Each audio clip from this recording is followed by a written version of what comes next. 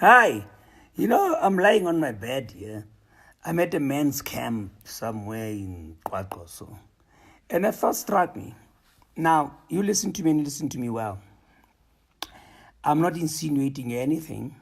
I am not suggesting anything.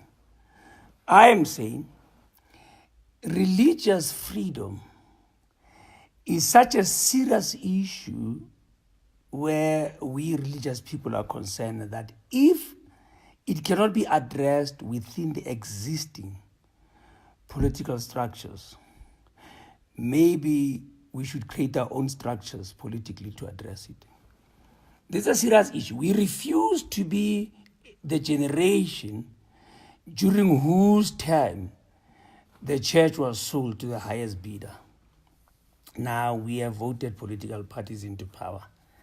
And if they struggle to take our agenda serious, maybe we need to start mobilizing around it ourselves. Now, we have made noise about the Constitution, and if we're not taken seriously, maybe it's about time that we create our own political fora to address this issue. I refuse to be deprived rights I already have. I used to be the industrial relation executive for the city of Joburg in my youth days. And there are two kinds of disputes. There is a dispute of right and there is a dispute of interest.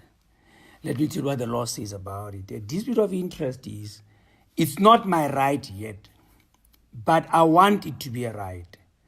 So I will pursue it. I will declare dispute over it. I will embark on any kind of industrial action to ensure that I procure that as a right. Now, there's something called conditions of service. Conditions of service are already negotiated rights. If I want something introduced on the table as a conditions of service, which is not a condition yet, I declare a dispute of interest. Now, the second concept is a dispute of right, where it's already my right, but it's not recognized. It's already my right, but it's being violated. So I declare a dispute of right, and I approach specific arbitration or mediation platforms to try to bring to the attention of the other person that you are violating my right.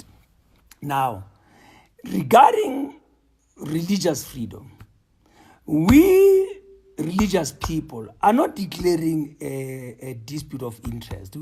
We are not negotiating religious rights. Our religious rights are enshrined in the Constitution. We are not saying to the government, we wish you to afford us these rights. The founding fathers of our democracy found it fit to give us those rights. We are 78%. Now I learned today that Christians are actually not 78% or 85% of the population profess to be Christian of some sort.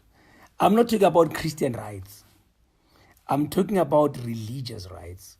Whether you're a Hindu, an ancestral worshipper, an atheist, and every form of religion, those rights are already ours.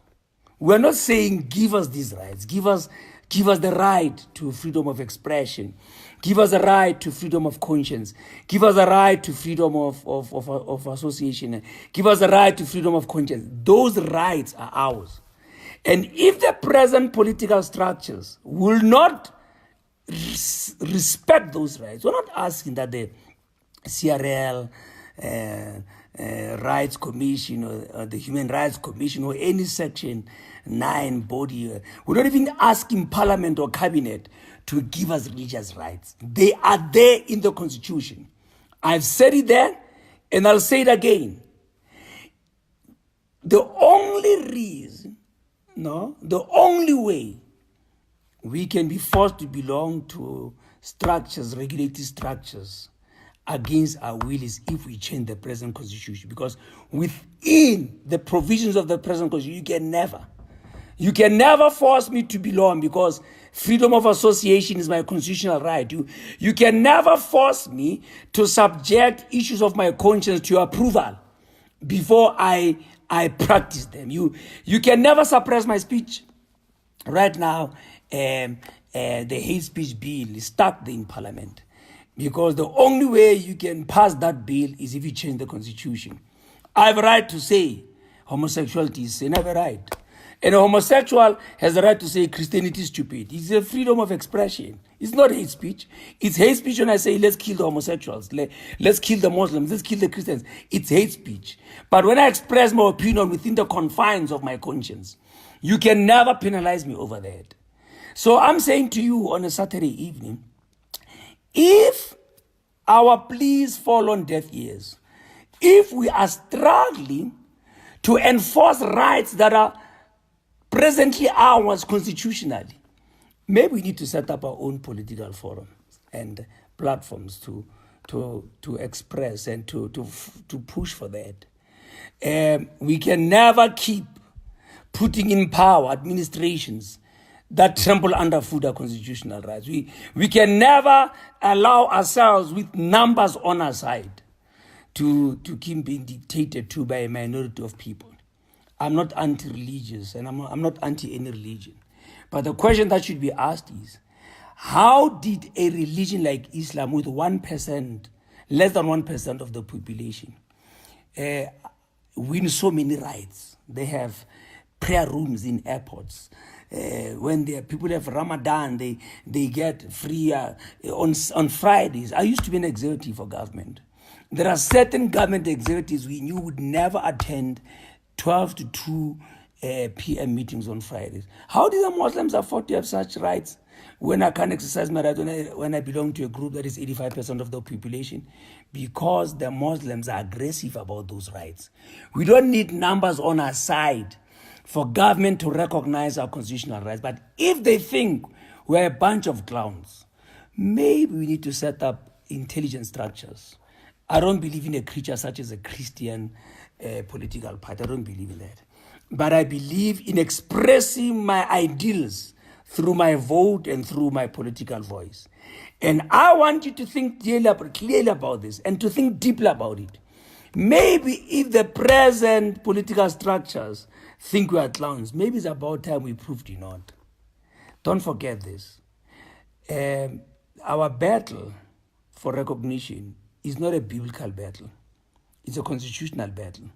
We don't have to open one page of the Bible to prove that we have a right to practice our religion without intimidation.